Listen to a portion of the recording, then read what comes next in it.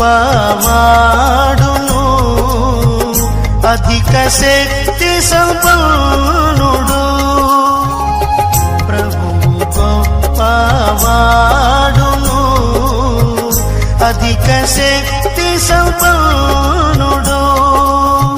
జ్ఞానమునకు ఆయనే మితియులేని వాడనే. జ్ఞానమునకు